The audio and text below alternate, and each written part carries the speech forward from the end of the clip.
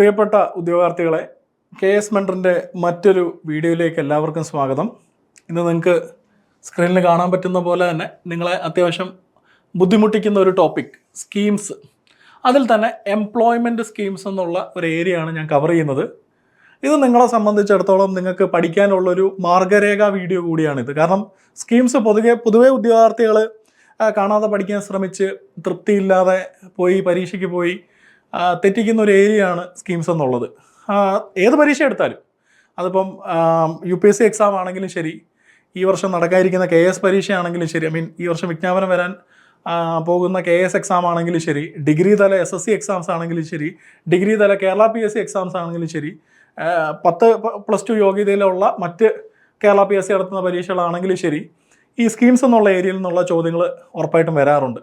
ഇപ്പോൾ പല ചോദ്യങ്ങളുടെയും അതിൻ്റെ സ്വഭാവം നോക്കിക്കഴിഞ്ഞാൽ വളരെ സിമ്പിളായിട്ടുള്ള കാര്യങ്ങളൊക്കെയാണ് അവർ ചോദിക്കുന്നത്. പക്ഷേ നമ്മൾ അങ്ങനെയാണോ പഠിക്കുന്നതെന്നുള്ളൊരു കാര്യം നിങ്ങളൊന്ന് ആലോചിക്കേണ്ടതായിട്ടുണ്ട്.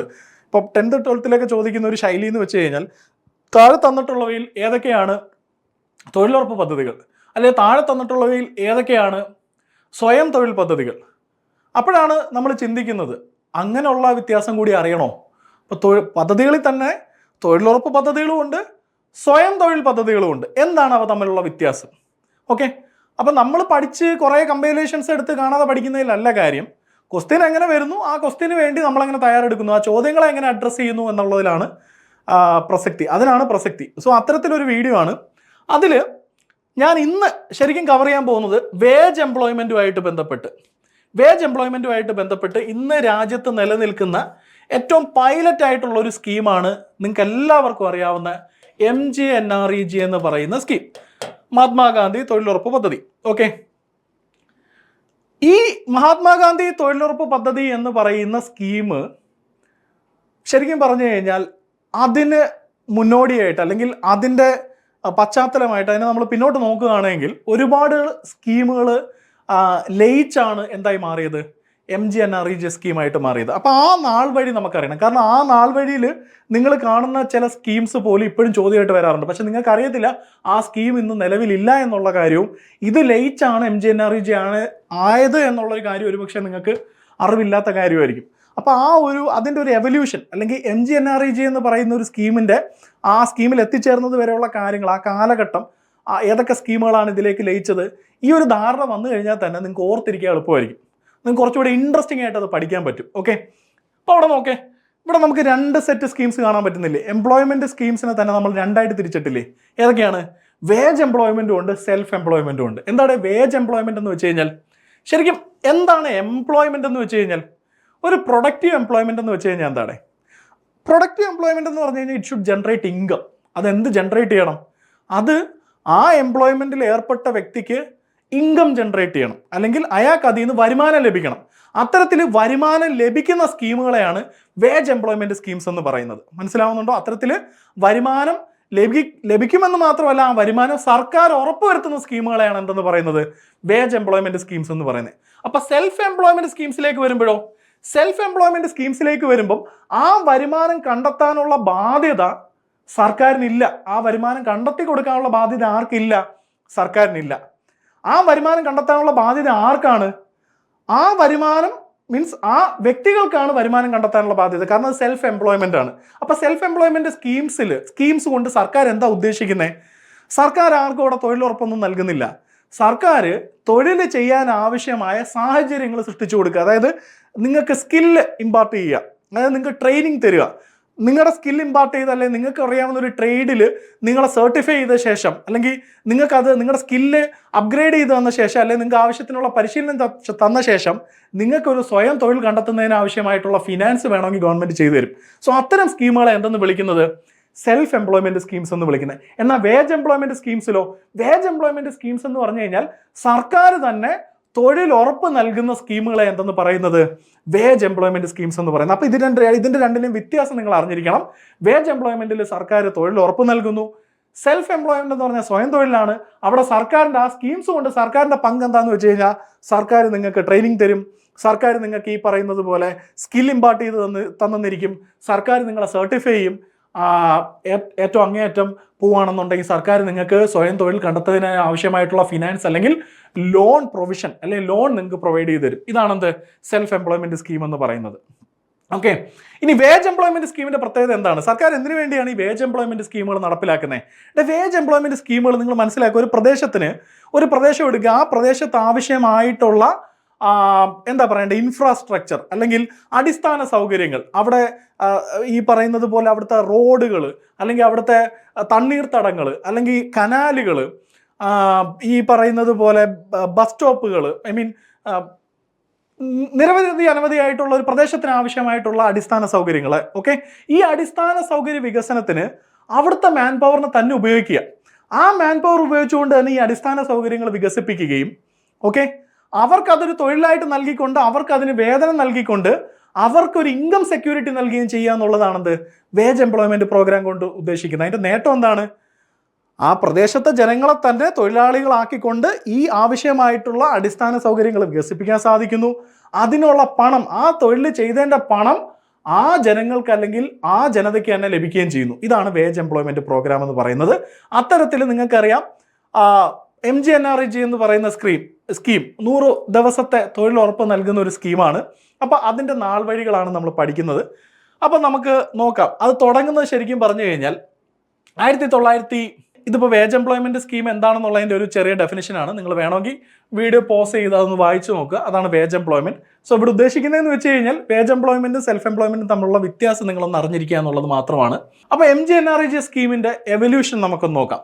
ഇന്ത്യയിൽ ആദ്യത്തെ ഒരു വേജ് എംപ്ലോയ്മെന്റ് പ്രോഗ്രാം അല്ലെങ്കിൽ ലക്ഷണമൊത്തൊരു വേജ് എംപ്ലോയ്മെന്റ് പ്രോഗ്രാം എന്ന് അവകാശപ്പെടാൻ പറ്റുന്ന സ്കീം 1977 ജനതാ ഗവൺമെന്റ് നടപ്പിലാക്കിയ ഫുഡ് ഫോർ വർക്ക് പ്രോഗ്രാമാണ്, FWP. ഈ ഫുഡ് ഫോർ വർക്ക് പ്രോഗ്രാമിൽ പേര് സൂചിപ്പിക്കുന്നത് പോലെ തന്നെ വേതനമായിട്ട്, അതായത് തൊഴിലെടുക്കുന്നവർക്ക് വേതനമായിട്ട് നൽകുന്ന എന്താണ്? ഭക്ഷണമാണ്, അല്ലെങ്കിൽ ഭക്ഷ്യധാന്യങ്ങളാണ് നൽകുന്നത്. ലക്ഷക്കണക്കിന് മെട്രിക് ടൺ ഓഫ് ധാന്യങ്ങളാണ് ജനതാ പാർട്ടി അധികാരത്തിലിരുന്ന 3 വർഷ സമയം കൊണ്ട് ഈ പ്രോഗ്രാമിൻ്റെ ഭാഗമായിട്ട് 1977 മുതൽ 1980 വരെയുള്ള ആ 3 വർഷ ടൈം പീരീഡിൽ lakhs of metric tons of food grains were actually released on behalf of എന്താ പറയണ്ടേ ഈ food for work programme. Okay, ആ നിലയ്ക്ക് ആ പ്രോഗ്രാം ഒരു സക്സസ് ആയിരുന്നു എന്ന് പറയാം. ഇതിനു മുമ്പും ചില വേജ് എംപ്ലോയ്മെന്റ് പ്രോഗ്രാം ഉണ്ടെങ്കിൽ പോലും അതിനൊന്നും ഒരു പാൻ ഇന്ത്യ സ്വഭാവം ഉണ്ടായിരുന്നില്ല.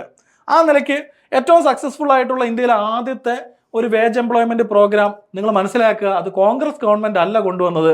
ഇന്ത്യയിൽ ആദ്യമായിട്ടൊരു ഭരണമാറ്റം ഉണ്ടായ 1977 ജനതാ പാർട്ടി നടപ്പിലാക്കിയതാണെന്ത് ഇന്ത്യയിലെ ഫസ്റ്റ് ഒരു പാൻ ഇന്ത്യൻ ലെവലിലുള്ള ഒരു വേജ് എംപ്ലോയ്മെന്റ് പ്രോഗ്രാം. അതാണ് food for work programme. Okay, നമുക്കറിയാം 1980 ജനതാ പാർട്ടിക്ക് അധികാരം നഷ്ടപ്പെടുന്നു, കോൺഗ്രസ് വീണ്ടും അധികാരത്തിൽ വരുന്നു.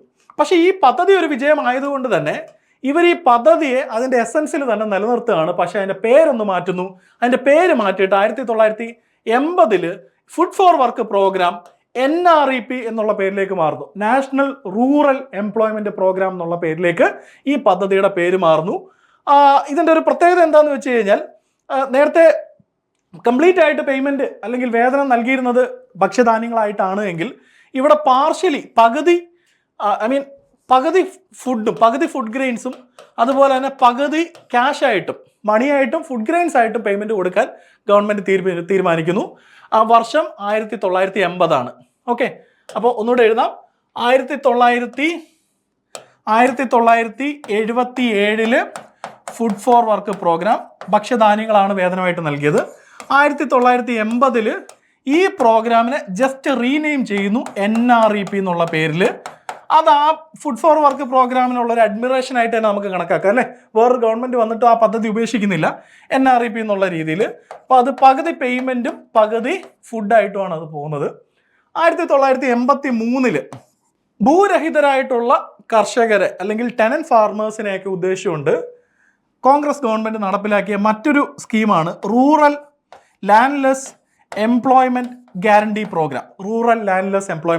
പ്രോഗ്രാം. ഓക്കെ, സോ ഇതും ഈ പറയുന്നത് പോലെ തന്നെ ഭൂരഹിതരായിട്ടുള്ള ആളുകൾക്ക് തൊഴിലുറപ്പ് പദ്ധതി, ഭൂരഹിതരായിട്ടുള്ള ആളുകൾക്ക് വേണ്ടിയുള്ള ഒരു തൊഴിലുറപ്പ് പദ്ധതി എന്ന് വിളിക്കാം. ഇതിലും ഈ പറയുന്ന പോലെ വേജ് എംപ്ലോയ്മെന്റ് പ്രോഗ്രാമാണ്. ആ നിലയ്ക്ക് വേതനം അവർക്ക് ലഭിക്കുന്നുണ്ട്. ഓക്കെ, ഇത് പക്ഷേ സെലക്റ്റഡ് ഏരിയസിലാണ് നടപ്പിലാക്കിയത്. നോക്കൂ. അപ്പൊ 83 എത്തിയപ്പോൾ നമുക്ക് എത്ര വേജ് എംപ്ലോയ്മെന്റ് പ്രോഗ്രാം ഉണ്ടേ? 2 വേജ് എംപ്ലോയ്മെന്റ് പ്രോഗ്രാം ഉണ്ട്. ഏതൊക്കെയാണ്? NREPയും അതുപോലെ തന്നെ RLEGPയും. NREPയും RLEGPയും. ഓക്കെ.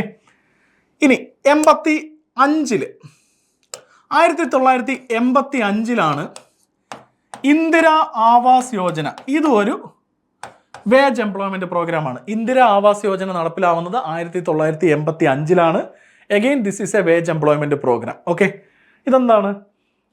നിങ്ങൾക്കറിയാം, ഇതൊരു ഭവന നിർമ്മാണ പദ്ധതിയാണ്. ഈ ഭവന നിർമ്മാണ പദ്ധതിയിലേക്ക് ആവശ്യമായിട്ടുള്ള അൺസ്കിൽഡ് ലേബറിനെ ആ പ്രദേശത്ത് നിന്ന് തന്നെ കണ്ടെത്തുകയും അവർക്ക് വേതനം നൽകുകയും അവരെ കൊണ്ട് തന്നെ ആ പ്രദേശത്തെ ആവശ്യമായിട്ടുള്ള ഭവനങ്ങൾ നിർമ്മിക്കുകയും ചെയ്യുന്ന ഒരു പദ്ധതിയാണെന്ത്? ഇന്ദിര ആവാസ് യോജന. 1985 ആ നിലയ്ക്ക് അതും എന്താണ്? ഒരു വേജ് എംപ്ലോയ്മെന്റ് പ്രോഗ്രാമാണ്. 1988 മില്യൺ വെൽ സ്കീം വരുന്നു. Million well scheme. പേര് വെല്ലെന്ന് വെച്ച് കഴിഞ്ഞാൽ കിണർ. മില്യൺ വെൽ സ്കീം എന്താണ്? മില്യൺ എന്ന് പറഞ്ഞാൽ 10 ലക്ഷം കിണറുകൾ കുഴിക്കുക എന്നുള്ള ഉദ്ദേശത്തോടു കൂടിയുള്ള മില്യൺ വെൽ സ്കീം വരുന്നു. മില്യൺ വെൽ സ്കീം എന്തിനു വേണ്ടിയാ? അപ്പൊ ഒരു പ്രദേശത്തെ കുടിവെള്ള ക്ഷാമം പരിഹരിക്കുന്നതിന് വേണ്ടി, അല്ലെ ജലസേചനം ഉറപ്പുവരുത്തുന്നതിന് വേണ്ടി ആവശ്യമായിട്ടുള്ള കിണറുകൾ എന്ന് പറയുന്ന അടിസ്ഥാന സൗകര്യം നിർമ്മിക്കുന്നതിന് അല്ലെങ്കിൽ കണ്ടെത്തുന്നതിന്റെ ഭാഗമായിട്ട് ആ പ്രദേശത്തെ തന്നെ മാൻ പവറിനെ, അൺസ്കിൽഡ് ആയിട്ടുള്ള മാൻ പവറിനെ ഉപയോഗിച്ചുകൊണ്ട് ആ ജോലിയിൽ ഏർപ്പെടുത്തുകയും അവർക്ക് കൂലി നൽകുകയും ഈ സൗകര്യങ്ങൾ വികസിപ്പിക്കുകയും ചെയ്യുന്ന ഒരു പദ്ധതിയാണ് മില്യൺ വെൽ സ്കീം. അപ്പൊ 88 ആയപ്പോൾ നമുക്കിപ്പോൾ എത്ര സ്കീമായടെ? പേര് മാറിയ ഫുഡ് ഫോർ വർക്കിന്റെ പേര് മാറി NREP ഉണ്ട്. ഭൂരഹിതരായിട്ടുള്ള കർഷകർക്ക് വേണ്ടിയുള്ള RLEGP ഉണ്ട്. ഇന്ദിര ആവാസ് യോജനയുണ്ട്. പിന്നെ ഇപ്പൊ പറഞ്ഞ മില്യൺ വെൽ സ്കീം ഉണ്ട്. ഓക്കെ. 1989 NREPയും അതുപോലെ തന്നെ RLEGPയും കൂടെ മെർജ് ചെയ്യുന്നു. മെർജ് ചെയ്തുണ്ടാവുന്ന സ്കീമാണ് ജവഹർ റോസ്ഗാർ യോജന. ജവഹർ റോസ്ഗാർ യോജന. ഓക്കെ. ഒരു കാര്യം ഞാൻ ഇവിടെ നിങ്ങളുടെ ശ്രദ്ധയിലേക്ക് പെടുത്താം. റോസ്ഗാർ യോജന എന്ന് കണ്ടു കഴിഞ്ഞാൽ അത് വേജ് എംപ്ലോയ്മെന്റ് ആണ്. സ്വരോസ്ഗാർ എന്ന് കണ്ടു കഴിഞ്ഞാൽ അത് സെൽഫ് എംപ്ലോയ്മെന്റ് ആണ്. ഈ ഒരു ഐഡിയ കൂടി നിങ്ങൾക്ക് വേണം. എന്താണ്? നിങ്ങളൊരു സ്കീമിൻ്റെ ഒപ്പം റോസ്ഗാർ യോജന എന്നാണ് കാണുന്നതെങ്കിൽ അതെന്താണ്? വേജ് എംപ്ലോയ്മെന്റ് പ്രോഗ്രാമും. സ്വറോസ്ഗാർ എന്നാണ് കാണുന്നെങ്കിൽ അതെന്താണ്? സെൽഫ് എംപ്ലോയ്മെന്റ് പ്രോഗ്രാമുമാണ്. ഈ സ്കീമിന്റെ പേരെന്താണ്? 89 NREPയും RLEGPയും കൂടെ മെർജ് ചെയ്ത് വന്ന ആ സ്കീമിന്റെ പേരെന്താണ്? ജവഹർ റോസ്ഗാർ യോജന. ജവഹർ റോസ്ഗാർ യോജന. ജവഹർ റോസ്ഗാർ യോജന. ഓക്കെ. ഇതാണ് 89 അവസ്ഥ. അപ്പൊ എന്താണ്? ഒന്ന് പറഞ്ഞേ, എൻ്റെ ഒപ്പം പറഞ്ഞേ. 77 ഫുഡ് ഫോർ വർക്ക് പ്രോഗ്രാം. അത് 80 ആയപ്പം NREP ആവുന്നു. 83 RLEGP. 85 Indira Awas Yojana. 88 million well scheme. ഇത്രയും വരെ ക്ലിയർ അല്ലേ? 89 ആയപ്പോൾ എന്ത് സംഭവിച്ചു? NREPയും RLEGPയും കൂടെ മെർജായി എന്താവുന്നു? ജവഹർ റോസ്ഗാർ യോജന ആവുന്നു. ഈ സ്കീമിന്റെ, ഈ വേജ് എംപ്ലോയ്മെന്റ് സ്കീംസിന്റെ സബ് സ്കീമായിട്ട് എന്ത് മാറ്റുന്നു? മില്യൺ വെൽ സ്കീംസും ഇന്ദിര ആവാസ് യോജനയും മാറുന്നു. ഇന്ദിര ആവാസ് യോജനയും മാറുന്നു. ഓക്കെ. എന്ന് വെച്ച് കഴിഞ്ഞാൽ 89 ആയപ്പം രാജ്യത്തെ വേജ് എംപ്ലോയ്മെന്റ് പ്രോഗ്രാം എന്തിലേക്ക് അങ്ങ് ചുരുങ്ങി? ജവഹർ റോസ്ഗാർ യോജനയിലേക്ക് ചുരുങ്ങി. ഈ കാരണം കൊണ്ടാണ് ഇന്ന് പോലും നിങ്ങൾക്ക് കേരള PSCയുടെ ചോദ്യങ്ങളിൽ എന്ത് കാണാൻ സാധിക്കുന്നത്? ജവഹർ റോസ്ഗാർ യോജനയായിട്ട് ബന്ധപ്പെട്ട ചോദ്യങ്ങൾ കാണാൻ സാധിക്കുന്നത്. പിന്നീട് ജവഹർ റോസ്ഗാർ യോജനയ്ക്ക് എന്ത് സംഭവിച്ചു എന്നുള്ള കാര്യം നമുക്ക് വഴിയെ നോക്കാം. ഓക്കെ. അപ്പൊ ശ്രദ്ധിച്ചേ. അപ്പൊ ഈ ഒരു എവല്യൂഷൻ നിങ്ങൾക്ക് അടുത്തൊരു പേജിൽ നിങ്ങൾക്ക് കാണാൻ സാധിക്കും. ഇതാ നോക്കൂ. ഇത് വിട്ടുതരാം. ഞാൻ പറഞ്ഞല്ലോ അതിന് മുമ്പും ചില സ്കീംസ് ഒക്കെ ഉണ്ടായിരുന്നു. പക്ഷേ നമ്മുടെ രാജ്യത്തെ ആദ്യത്തെ ലക്ഷണമൊത്തൊരു വേജ് എംപ്ലോയ്മെന്റ് പ്രോഗ്രാം വരുന്നത് 77 ഫുഡ് ഫോർ വർക്ക് പ്രോഗ്രാം. 80 എന്ത് സംഭവിക്കുന്നു? NREP RLEGP എന്നുള്ള 2 പ്രോഗ്രാം, 80 എന്നുള്ള അർത്ഥത്തിലാണ്. അതിൽ RLEGP വരുന്നത് 83 89 ജവഹർ റോസ്ഗാർ യോജന വരുന്നു. ജവഹർ റോസ്ഗാർ യോജനയിൽ NREP RLGP കൂടെ മെർജ് ചെയ്യുന്നു. ഇതിൻ്റെ സബ് സ്കീംസ് ആയിട്ടാണ് ഇന്ദിരാ ആവാസ് യോജനയും അതുപോലെ തന്നെ മില്യൻ വെൽ സ്കീമും ഇപ്പം നിലനിൽക്കുന്നത്. ഇനി 93-94 മറ്റൊരു സ്കീം വരുന്നത്, എംപ്ലോയ്മെൻറ്റ് അഷുറൻസ് സ്കീം. 93-94 നമ്മുടെ രാജ്യത്ത് നടപ്പിലാക്കുന്ന മറ്റൊരു വേജ് എംപ്ലോയ്മെൻറ്റ് പ്രോഗ്രാമാണ് എംപ്ലോയ്മെൻറ്റ് അഷുറൻസ് സ്കീം. കുടുംബത്തിലെ അഡൾട്ട് ആയിട്ടുള്ള ഒരു മെയിൽ ആൻഡ് ഫീമെയിൽ മെമ്പറിന് തൊഴിലുറപ്പ് നൽകുന്ന ഒരു പ്രത്യേക പദ്ധതി എന്നുള്ള നിലയ്ക്കാണ് 93-94 എന്ത് വരുന്നത്, എംപ്ലോയ്മെൻറ്റ് അഷുറൻസ് സ്കീം വരുന്നത്. അപ്പോൾ നമുക്കിപ്പോൾ എത്ര സ്കീംസ് ഉണ്ട്? 1989 വിവിധ സ്കീമുകൾ മെർജ് ചെയ്ത ജവഹർ റോസ്ഗാർ യോജനയുണ്ട്. 1993-94 വന്ന എംപ്ലോയ്മെൻറ്റ് അഷുറൻസ് സ്കീമുണ്ട്. എന്ന് വെച്ച് കഴിഞ്ഞാൽ 93-94 എത്തിയപ്പോൾ നമുക്കിപ്പോൾ എത്ര സ്കീംസ് ഉണ്ട് വേജ് എംപ്ലോയ്മെൻറ്റിൽ? 2 സ്കീംസ് ഉണ്ട് അല്ലേ? എന്നാൽ അത് 1999 ഈ ജവഹർ റോസ്ഗാർ യോജനയും അതുപോലെ തന്നെ എംപ്ലോയ്മെൻറ്റ് അഷുറൻസ് സ്കീമും കൂടെ മെർജാവുകയാണ്. മെർജായി ഉണ്ടാവുന്ന പുതിയ സ്കീമാണ് ജവഹർ ഗ്രാം സമൃദ്ധി യോജന. ജവഹർ ഗ്രാം സമൃദ്ധി യോജന പേരോർത്ത് വെക്കുക. 99 വന്ന ഒരു വേജ് എംപ്ലോയ്മെന്റ് പ്രോഗ്രാമാണ് Jawahar gram Samriddhi Yojana. Jawahar gram Samriddhi Yojana. Okay, 99. അപ്പം അതിൻ്റെ നാൾ വഴികൾ നിങ്ങൾക്ക് ഓർക്കാൻ പറ്റുന്നുണ്ടല്ലോ. എങ്ങനെയാണ്? ഫുഡ് ഫോർ വർക്ക് പ്രോഗ്രാമിൽ തുടങ്ങി അതിൻ്റെ പേര് മാറി NREP എന്നുള്ള പ്രോഗ്രാം ആവുന്നു. RLGP എന്നുള്ള പ്രോഗ്രാം 83 വരുന്നു. 85 ഇന്ദിരാ ആവാസ് യോജന വരുന്നു. 88 മില്യൻ വെൽ സ്കീം വരുന്നു. 89 NREPയും RLGPയും കൂടെ മെർജ് ചെയ്ത് ജവഹർ റോസ്ഗാർ യോജന ആവുന്നു. അതിൻ്റെ സബ് സ്കീമായിട്ട് വരുന്നതാണ് ഏതൊക്കെ? ഇന്ദിരാ ആവാസ് യോജനയും മില്യൻ വെൽ സ്കീമും. 93-94 എംപ്ലോയ്മെൻറ്റ് അഷുറൻസ് സ്കീം വരുന്നു. 99 ആ എംപ്ലോയ്മെൻറ്റ് അഷുറൻസ് സ്കീമും ജവഹർ റോസ്ഗാർ യോജനയും കൂടെ മെർജ് ചെയ്ത് എന്താവുന്നത്? ജവഹർ ഗ്രാം സമൃദ്ധി യോജന ആവുന്നു. ഓക്കെ, ശ്രദ്ധിക്കുക. 2001 വീണ്ടും ഇന്ത്യയിൽ സുപ്രധാനപ്പെട്ട ഒരു ഭരണമാറ്റം നടക്കുകയാണ്. AB വാജ്പേയിയുടെ നേതൃത്വത്തിൽ BJP ലെഡ് NDA ഗവൺമെൻറ് അധികാരത്തിൽ വരുന്നു. തീർച്ചയായിട്ടും ജവഹർ ഗ്രാം സമൃദ്ധി യോജന എന്നുള്ള പേര് അവർ വെച്ചോണ്ടിരിക്കും ഇനി. കാരണം അതിൻ്റെ അകത്ത് ആരുണ്ട്? ജവഹർലാൽ നെഹ്റു ഇല്ലേ? ജവഹർലാൽ നെഹ്റുവിൻ്റെ പേര് NDA ഗവൺമെൻറ് വെച്ചോണ്ടിരിക്കാൻ എന്തെങ്കിലും സാധ്യതയുണ്ടോ? ഇല്ല. അവർ ആ പേര് മാറ്റുന്നു. അങ്ങനാണ് 2001 ജവഹർ ഗ്രാം സമൃദ്ധി യോജന സമ്പൂർണ്ണ ഗ്രാമീൺ റോസ്ഗാർ യോജനയായിട്ട് മാറുന്നത്. എന്താണ്? സമ്പൂർണ്ണ ഗ്രാമീൺ റോസ്ഗാർ യോജന, SGRY, സമ്പൂർണ്ണ ഗ്രാമീൺ റോസ്ഗാർ യോജനയായിട്ട് മാറുന്നത്. എന്ന് വെച്ച് കഴിഞ്ഞാൽ 2001 നമ്മുടെ വേജ് എംപ്ലോയ്മെന്റ് പ്രോഗ്രാംസ് എല്ലാം കൂടെ കുൽമിനേറ്റ് ചെയ്തുകൊണ്ട് ഉണ്ടായ പുതിയ സ്കീമാണെന്ത്? സമ്പൂർണ്ണ ഗ്രാമീൺ റോസ്ഗാർ യോജന. നിങ്ങൾ ആ എവല്യൂഷൻ, ആ ടേബിൾ ഒന്ന് നോക്കേ. അതിൻ്റെ അകത്ത് ചെറിയ തെറ്റുണ്ട്, നോക്കുക. ഇതിൻ്റെ അകത്ത് ഈ പറയുന്ന പോലെ food for work, NREP RLGP, Jawahar Rozgar Yojana, employment assurance scheme, Jawahar Gramin Samriddhi Yojana, സമ്പൂർണ്ണ ഗ്രാമീൺ സ്വറോസ്ഗാർ എന്ന് എഴുതിയിരിക്കുന്നത് തെറ്റാണ്. സ്വറോസ്ഗാർ ആയി കഴിഞ്ഞാൽ സെൽഫ് എംപ്ലോയ്മെന്റ് ആയി പോവും. സമ്പൂർണ്ണ ഗ്രാമീൺ റോസ്ഗാർ യോജനയാണ്. അതാണ് ഞാൻ ഇവിടെ എഴുതിയത്, SGRY. അപ്പൊ 2001 എത്തിയപ്പോൾ നമുക്ക് എത്ര വേജ് എംപ്ലോയ്മെന്റ് പ്രോഗ്രാമാണ്? സമ്പൂർണ്ണ ഗ്രാമീൺ സമൃദ്ധി യോജന എന്ന് പറയുന്ന, സമ്പൂർണ്ണ ഗ്രാമീൺ റോസ്ഗാർ യോജന എന്ന് പറയുന്ന ഒരു വേജ് എംപ്ലോയ്മെന്റ് പ്രോഗ്രാമിൽ നമ്മൾ എത്തി നിൽക്കുകയാണ് അല്ലേ? സോ ഇവിടുന്ന് പിന്നെന്ത് സംഭവിച്ചു എന്ന് വെച്ച് കഴിഞ്ഞാൽ 2004 ടൈം പീരീഡിൽ നമ്മുടെ രാജ്യത്ത് വീണ്ടും ഒരു കടുത്ത വരൾച്ച, വളരെ തീവ്രമായിട്ട് നീണ്ടു നിൽക്കുന്ന ഒരു ഡ്രൗട്ട് പീരീഡ് വരികയാണ്. ആ സമയത്ത് നമ്മുടെ ഗവൺമെൻറ് നടപ്പിലാക്കുന്ന ഒരു ബൃഹത് പദ്ധതിയാണ് national food for work programme. Okay, ആ 77 ഫുഡ് ഫോർ വർക്ക് പ്രോഗ്രാം ഉണ്ട്.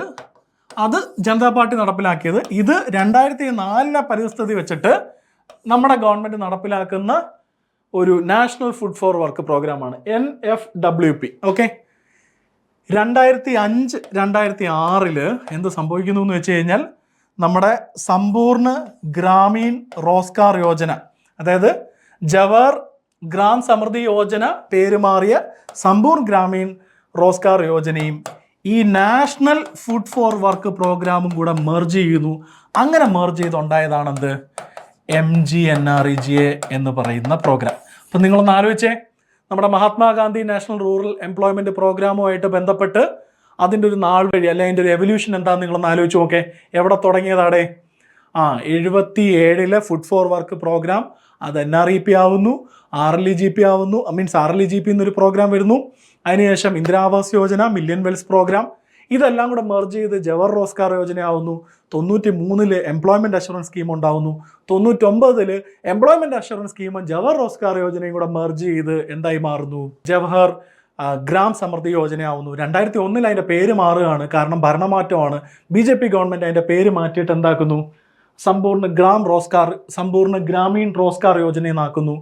2004 മറ്റൊരു പദ്ധതി ഏതാണ്? നാഷണൽ ഫുഡ് ഫോർ വർക്ക് പ്രോഗ്രാമുമായിട്ട് സമ്പൂർണ്ണ ഗ്രാമീൺ റോസ്ഗാർ യോജന മെർജ് ചെയ്താണ് എന്താവുന്നത്? Mahatma Gandhi national rural employment act നടപ്പിലായിട്ട് MGNREGA പ്രോഗ്രാം 2006 തൊട്ട് നടപ്പിലാവുന്നത്. ഓക്കെ, സോ ഇങ്ങനെ വേണം നിങ്ങൾ സ്കീംസ് ഓർത്തിരിക്കാൻ. എല്ലാവർക്കും വീഡിയോ ഇഷ്ടപ്പെട്ടെന്ന് വിശ്വസിക്കുന്നു. ഇഷ്ടപ്പെട്ടെങ്കിൽ തീർച്ചയായിട്ടും നിങ്ങളത് കമൻ്റായിട്ട് രേഖപ്പെടുത്തുക. ഇതുപോലെ സെൽഫ് എംപ്ലോയ്മെൻറ്റ് പ്രോഗ്രാമിൻ്റെയും എവല്യൂഷൻ നിങ്ങൾക്ക് ക്ലാസ് ആയിട്ട് വേണമെന്നുണ്ടെങ്കിൽ നിങ്ങൾ അത് കമൻ്റായിട്ട് തീർച്ചയായിട്ടും മെൻഷൻ ചെയ്യുക, പറയുക, നമുക്കത് ചെയ്യാം. ബാക്കി സ്കീംസിനെയും നിങ്ങൾ ഇതുപോലെ സിസ്റ്റമാറ്റിക് ആയിട്ട് വേണം അപ്രോച്ച് ചെയ്യാൻ. അതിലേക്കുള്ള വീഡിയോസ് നിങ്ങൾക്ക് ആവശ്യമുണ്ടെങ്കിൽ അത് നിങ്ങൾ കമൻ്റായിട്ട് ആവശ്യപ്പെടുക. ഓക്കെ, സോ മറ്റൊരു വീഡിയോ ആയിട്ട് നമുക്ക് വീണ്ടും കാണാം. അതുവരെ ബൈ.